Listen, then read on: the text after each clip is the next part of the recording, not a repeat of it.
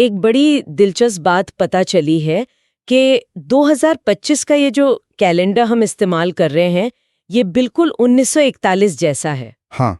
कैसे? मतलब 1 जनवरी उसी दिन पड़ी जिस दिन 1941 में पड़ी थी। हाँ। और सिर्फ 1 जनवरी ही नहीं, पूरे साल हर तारीख सप्ताह के उसी दिन पड़ रही है। अच्छा। और ना 1941 लीप ईयर था, ना 2025 है ना कमाल की बात। हाँ, ये वाकई दिलचस्प है।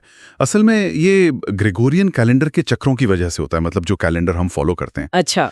अक्सर तो वो कैलेंडर 5, 6 या 11 साल में रिपीट हो जाता है, लेकिन वो जो लीप वर्ष वाला जो नियम है ना, हर चौथा साल। हाँ, फरवरी में 29 दिन। बिल्कुल। और फिर वो शताब्दी वर्षों के भी कुछ खास नियम है, तो इन सब की वजह से ये थोड़ा सा पेचीदा हो जाता है। लेकिन ये जो 1941 और 2025 के बीच 84 साल का गैप है, ये इन सारे गणित को मिलाकर हाँ एकदम सटीक बैठता है। तो चलिए आज इसी पर बात करते हैं। सिर्फ तारीखों से आगे बढ़कर देखते हैं कि हमारे पास जो स्रोत है वो इन दो, मतलब एक तरह से समानांतर लगने वाले सालों के बारे में क्या बताते हैं। जरूर जरूर। 1941 और 2025 की दुनियाओं का एक विश्लेषण करते हैं। ठीक है, तो शुरुआत 1941 से करते हैं। स्रोत क्या तस्वीर दिखाते हैं उस वक्त की? देखिए, 1941 का जिक्र आते ही जो सबसे पहली चीज सामने आती है वो है दूसरा विश्व युद्ध। हाँ बिल्कुल। यूरोप में तो जंग भयानक थी ही और उसका असर पूरी दुनिया महसूस कर रही थी। भारत की बात करें तो जाहिर है यहाँ ब्रिटिश राज था जी। और जैसा कुछ लेख बताते हैं, आजादी की जो छटपटाहट थी वो बढ़ रही थी। भारत छोड़ो आंदोलन भले ही 42 में शुरू हुआ, पर उसकी जमीन, वो माहौल 1941 में ही बन रहा था। और आम लोगों की जिंदगी, तकनीक वगैरह कैसी थी? तकनीक तो मतलब आज के मुकाबले बहुत ही सीमित थी। जैसा कुछ नोट्स में है, रेडियो जी। रेडियो ही जानकारी और मनोरंजन का मुख्य साधन था। लोग खबरों के लिए, खासकर युद्ध की खबरों के लिए, रेडियो से ही जुड़े रहते थे। एक डर का माहौल था, राशनिंग थी, मतलब सामान कम मिलता था। और भविष्य को लेकर एक अनिश्चितता तो थी ही। लेकिन एक चीज जो बार बार उभर कर आती है स्रोतों में, वो है लोगों का लचीलापन। किस तरह का? मतलब मुश्किल हालात में भी किसी ना किसी तरह गुजारा करना और उम्मीद बनाए रखना। ये वाकई गौर करने लायक बात है। हाँ, ये तो है। अच्छा, अब अगर हम सीधे 2025 पर आएं, तो यहाँ चुनौतियां तो बिल्कुल अलग दिखती हैं, है ना? स्रोत क्या कहते हैं? हाँ, बिल्कुल अलग, एकदम ही अलग।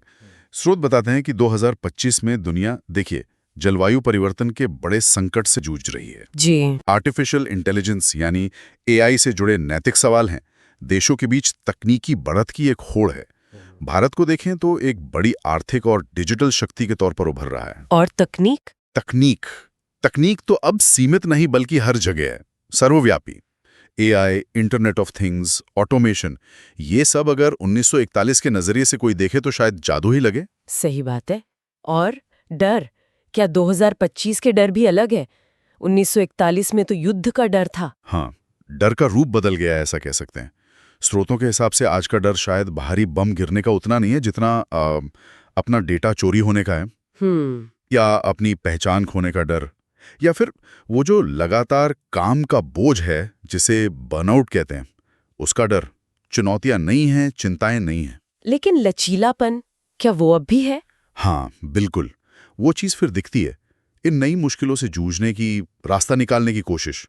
आकर्षक बात यही है कि संदर्भ पूरा बदल गया, पर वो जूझने का जज्बा, वो लचीलापन, वो कायम है। तो मतलब सतह पर देखें तो 1941 और 2025 बिल्कुल अलग दुनियाएं हैं। तकनीक, वैश्विक मुद्दे, रोज की चिंताएं, सब अलग। हाँ। लेकिन क्या इन ऊपरी अंतरों के नीचे, जैसा स्रोत शायद इशारा कर रहे हैं, कोई गहरा मानवीय जुड़ाव भी है? क्या मतलब है इन सब का? हाँ बिल्कुल है। अगर हम थोड़ा गहराई में जाएं तो कई समान धागे मिलते हैं। सबसे बुनियादी तो है मानवीय भावनाएं। जैसे शांति की इच्छा, एक बेहतर भविष्य की उम्मीद, सुरक्षा की जरूरत, अपनों से जुड़ाव की भावना। ये चीजें 1941 में भी उतनी मजबूत थी जितनी 2025 में है। ये समय के साथ बदलती नहीं है। सही बात है। और वो जो बदलाव और प्रतिरोध के चक्र की बात हुई थी, हाँ, वो भी एक बहुत अहम कड़ी है। देखिए, 1941 में अस्तित्व बचाना शायद बाहरी खतरों से जुड़ा था, जैसे आपने कहा बमबारी वगैरह। 2025 में कुछ विश्लेषण ये कहते हैं कि अस्तित्व की लड़ाई शायद अंदरूनी दबावों से ज्यादा है। मेंटल हेल्थ है, सोशल सिस्टम का बोझ है, इंफॉर्मेशन ओवरलोड है। अच्छा। पर दोनों ही दौर में लोग बड़े बदलावों को समझने और उनसे तालमेल बैठाने की कोशिश कर रहे हैं। और प्रतिरोध भी देखिए, 1941 में प्रतिरोध साम्राज्यवाद के खिलाफ था, विदेशी हुकूमत के खिलाफ।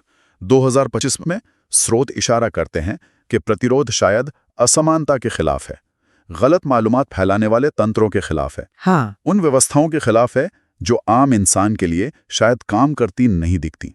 मतलब अगर हम बड़ी तस्वीर में देखें तो संघर्ष का चेहरा बदल गया है, पर वो संघर्ष की मूल भावना वो मौजूद है। तो अगर हम सारी बात को समेटें तो कैलेंडर भले ही मिल गए, लेकिन 1941 और 2025 की दुनिया जमीन आसमान का फर्क रखती हैं। बिल्कुल। लेकिन इन स्रोतों की मदद से ये भी दिखता है कि 84 साल के इस लंबे फासले के बाद भी जो इंसान के मूल अनुभव हैं, डर, उम्मीद, लचीलापन, बदलाव से जूझना, वो काफी हद तक वैसे ही हैं।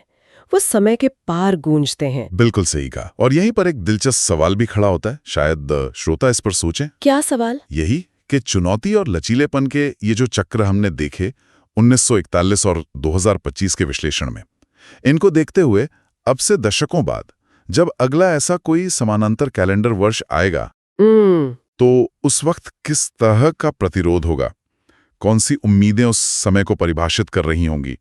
क्या पैटर्न दोहराए जाएंगे या कुछ बिल्कुल नया होगा? ये एक बड़ा सवाल है सोचने के लिए। वाकई ये सोचने वाली बात है।